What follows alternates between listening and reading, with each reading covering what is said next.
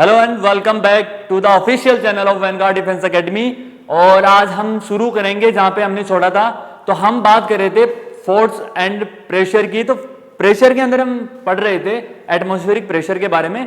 तो आज हम पढ़ेंगे प्रेशर इन लिक्विड्स यानी कि प्रेशर इन फ्लूइड्स। ठीक है, तो प्रेशर इन फ्लूइड्स या प्रेशर इन लिक्विड्स के अंदर हम देखेंगे कि प्रेशर इन लिक्विड्स कैसे होता है, इसका फॉर्मूला क्या होता है, उसके बारे में हम जानेंगे। ठीक है, तो कंटिन्यू रखिए, है ना। क्लास डेली लीजिए, मिस मत करना, नहीं तो क्या हो जाएगा, पूरा मिस करने पे आपका प्रेशर और फोर्स दोनों क्या हो जाएगी, खिचड़ी हो जाएगी, समझ में नहीं आएगा। इसलिए प्रेशर समझना है ना, तो सारी क्लासेस कंटिन्यूअसली लेते रहना। ठीक है, तो आज हम बात करेंगे प्रेशर इन लिक्विड्स या प्रेशर इन फ्लूइड्स। ठीक है, देखो फ्लूइड्स क्या होते हैं। फ्लूइड्स का मतलब है जो फ्लो करते हैं, फ्लो। अब फ्लो कौन करता है, जैसे कि एयर करती है, ठीक है, और वाटर। तो वाटर और एयर का प्रेशर दोनों का हम देखते हैं किसके अंदर, प्रेशर इन फ्लूइड्स। लेकिन हम बात करेंगे सिर्फ और सिर्फ लिक्विड्स की। लिक्विड्स मतलब जो वाटर से रिलेटेड है, ठीक है, जो लिक्विड्स है, जैसे वाटर से रिलेटेड है ना, वाटर या लिक्विड्स को हम क्या बोल सकते हैं, फ्लूइड्स बोल सकते हैं। ठीक है, तो आज हम बात करेंगे प्रेशर इन लिक्विड्स की। तो सबसे पहले मैं ये बताऊंगा कि जब हम बात कर रहे थे प्रेशर की, है ना, सिर्फ प्रेशर की, ठीक है, तो प्रेशर का फॉर्मूला क्या था, pressure is equal to force upon area. Pressure क्या था, the force act per unit area, उसी को हम क्या बोल रहे थे, प्रेशर। जैसे कि अगर ये कोई ब्लॉक है, ये ब्लॉक है, ये इस चेयर पे पड़ा है, ठीक है, ये ब्लॉक इस चेयर पे पड़ा है, तो ये ब्लॉक कुछ ना कुछ प्रेशर अप्लाई कर रहा है ना चेयर के सरफेस पे। चेयर के सरफेस पे कोई प्रेशर अप्लाई हो रहा है, किसके थ्रू, इस ब्लॉक के थ्रू हो रहा है। ठीक है, तो ये जो प्रेशर अप्लाई हो रहा है, तो इस प्रेशर को हम कैसे निकालेंगे, हम कैसे निकालते हैं, pressure is equal to force upon area, ऐसे ही निकालेंगे। अब यहाँ पे जो फोर्स लग रहा है, इस ब्लॉक के थ्रू फोर्स लग रहा है, ब्लॉक के थ्रू फोर्स, ये ऐसे तो है नहीं कि इसके हाथ हैं पैर हैं ये जोर लगा रहा है, नहीं ना, ये इसका वेट है। उस वेट से जो फोर्स लग रहा है वही तो फोर्स होगा, होगा नहीं होगा। ठीक है, तो P इज इक्वल टू जो फोर्स लग रहा है वो कौन सा होगा, वो वेट होगा, किसका वेट होगा, इसका ब्लॉक का, वुडन ब्लॉक का वेट होगा। ठीक है, और नीचे क्या आएगा, एरिया। जितना एरिया मतलब जितना एरिया ये कवर कर रहा है, जितना एरिया ये कवर कर रहा है उतना ही प्रेशर जनरेट होगा। ठीक है, जैसे कि जितना एरिया इस टेबल के सरफेस का ये कवर कर रहा है ब्लॉक, उतना ही एरिया में क्या होगा, वो जो प्रेशर है वो इक्विवेलेंटली क्या करेगा, डिस्ट्रीब्यूट होगा। ठीक है, तो ये जो एरिया है कितना, जितना मेटल ब्लॉक या ये वुडन ब्लॉक है जो कवर कर रहा है, तो वो एरिया हो गया। अब ये जो वेट है, अब वेट कैसे निकालेंगे इसका, अपन इसका वेट निकालते हैं mass into acceleration due to gravity. ये कैसे, क्योंकि इसका मास होगा और प्रोडक्ट में क्या होगा, इसका ग्रेविटेशनल एक्सीलरेशन। ठीक है, जो एक्सीलरेशन होगा किसके थ्रू एक्सीलरेशन हो रहा है, ग्रेविटी के थ्रू एक्सीलरेशन, क्योंकि ग्रेविटी क्या कर रही है, अपनी तरफ खींच रही है ना, तो वो एक्सीलरेशन वो भी ऐड होगा इसमें, होगा नहीं होगा। ठीक है, तो इसका मास और एक्सीलरेशन ड्यू टू ग्रेविटी दोनों का प्रोडक्ट क्या होगा, इसका वेट होगा। तो हम वेट को कैसे डिफाइन कर सकते हैं, weight is equal to mass into acceleration due to gravity, जिसको हम W is equal to mg भी बोलते हैं। ठीक है, अब देखो इतना ये सारी चीजें मैं क्यों बता रहा हूं, ये चीजें इसलिए बता रहा हूं क्योंकि जब प्रेशर इन लिक्विड के बारे में बात करेंगे तब हमें समझ में आएगा कि इसका क्या रोल है। ठीक है, तो अगर मैं इसको लिखता हूं पूरा, तो W की जगह mg लगाता हूं, W की जगह mg लगाता हूं, तो ये आ जाएगा हमारे पास निकल के। ठीक है, इसको याद रखना है ना, अभी प्रेशर इन लिक्विड में इसको अपन अप्लाई करेंगे। ठीक है, अब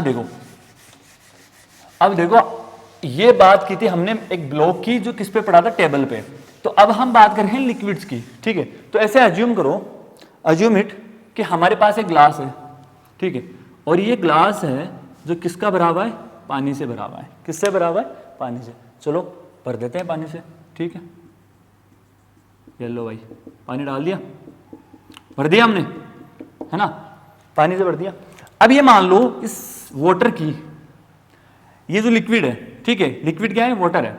अब इस वाटर की कोई डेंसिटी होगी, डेंसिटी होगी, ठीक है, उस डेंसिटी को हमने मान लिया रो, या फिर उसको डी से, स्मॉल डी से भी डिनोट कर सकते हैं, इससे भी डिनोट कर सकते हैं और स्मॉल डी से भी डिनोट कर सकते हैं। ठीक है, और ये जो कंटेनर है, इस कंटेनर का जो नीचे वाला जो हिस्सा है, सरफेस है ना, जो नीचे का जो इसका ये जो सरफेस है, इसको हम क्या मान लिए, ये पूरा का पूरा क्या हो गया, इसका एरिया। ये एरिया हो गया ना, इसका नीचे का बॉटम का जो अपन पूरा पार्ट लेंगे तो वो क्या हो जाएगा, इसका एरिया हो जाएगा। ठीक है, और जितना फिल किया है उतनी हमने उसको हाइट मान ली, ये क्या है, इसकी हाइट। जिसको हमने H से डिनोट कर दिया और एरिया को हमने कैपिटल ए से डिनोट कर दिया। तो अब हम देखने वाले हैं प्रेशर इन लिक्विड में, ठीक है। तो ठीक है, हमारे पास प्रेशर का फॉर्मूला है क्या, P = F/A, ठीक है।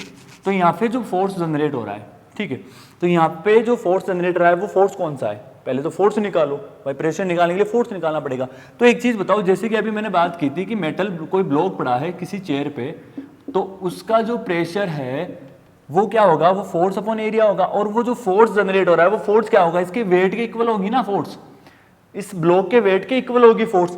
तो ऐसे ही इस पानी के या फिर जो लिक्विड है इसके अंदर उस फ्लूइड के वेट के इक्वल होगी फोर्स, होगी नहीं होगी भाई। इसके अंदर जो फ्लूइड है, जो लिक्विड है, वो कुछ ना कुछ प्रेशर इस पे जनरेट कर रहा है, नहीं कर रहा, इसका वेट है तो वेट के थ्रू इस पे फोर्स जनरेट हो रहा ही नहीं हो रहा, हो रहा है ना।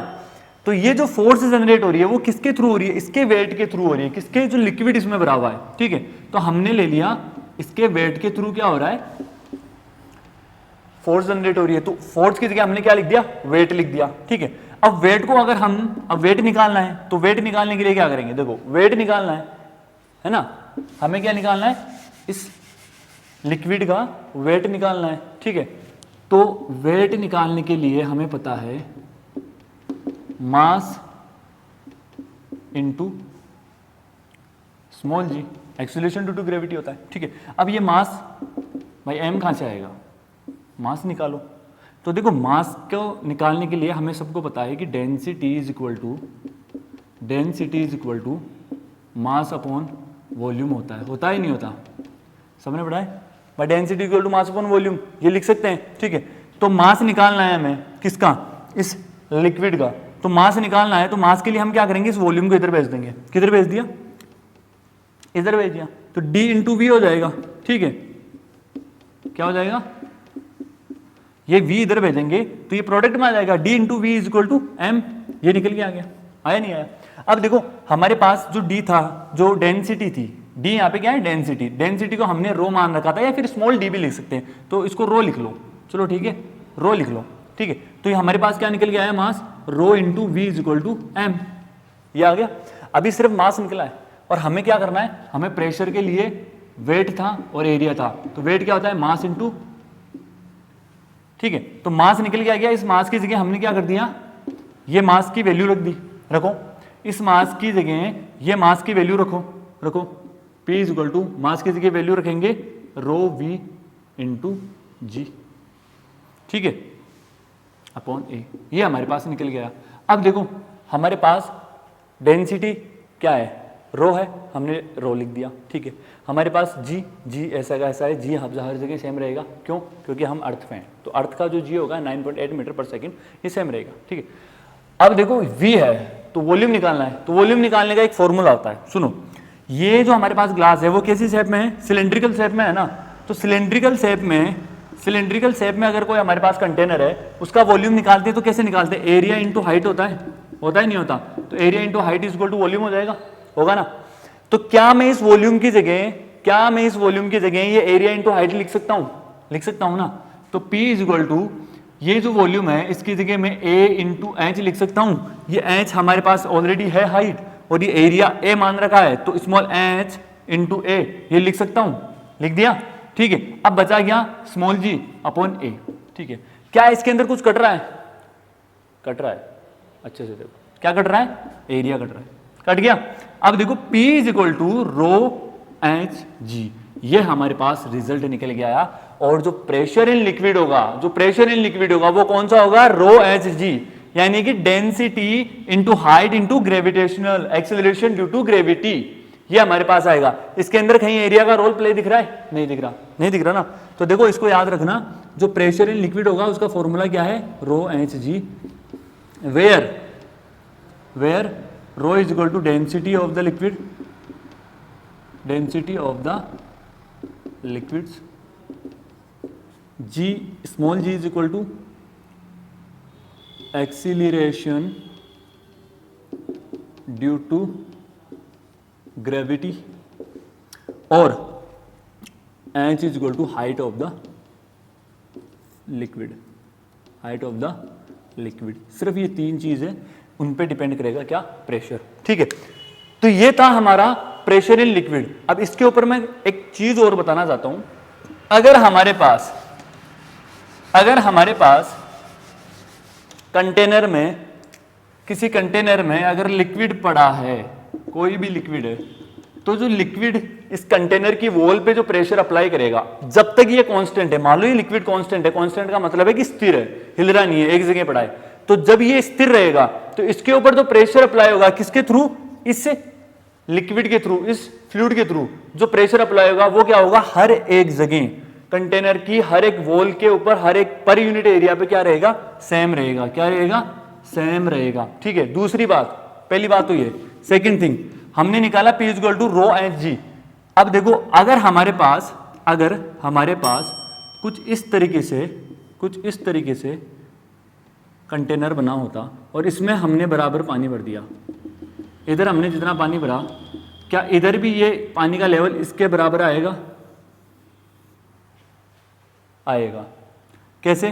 क्योंकि जो प्रेशर होगा किसका, फ्लूइड का, वो हमेशा क्या करेगा, एरिया पे डिपेंड नहीं करेगा। किस पे डिपेंड नहीं करेगा, एरिया पे डिपेंड नहीं करेगा। क्यों? क्योंकि इसके अंदर एरिया नहीं दे रहेगा। ठीक है, तो एरिया पे डिपेंड नहीं करेगा। किसी भी तरीके का कंटेनर की शेप हो, कैसी भी शेप हो, उस शेप के अंदर जो प्रेशर होगा ना वो सेम रहेगा। ठीक है, जिधर इतना पानी अगर इसमें हमने भरा है ना, लेवल का, पानी का लेवल भी इसमें इतना ही होगा। ठीक है, जहां हम सेम प्रेशर अप्लाई करेंगे इधर भी सेम प्रेशर अप्लाई होगा। ठीक है, तो ये था प्रेशर इन लिक्विड के बारे में। अब हमारा प्रेशर इन एटमॉस्फेरिक प्रेशर हो गया, प्रेशर इन लिक्विड हो गया। अब पास्कल्स लॉ के बारे में बात करेंगे, तो वो हम बात करेंगे अगली क्लास के अंदर। और I hope you enjoy the class, और आप डेली क्लास ले रहे हो मेरे हिसाब से, और लेते रहो।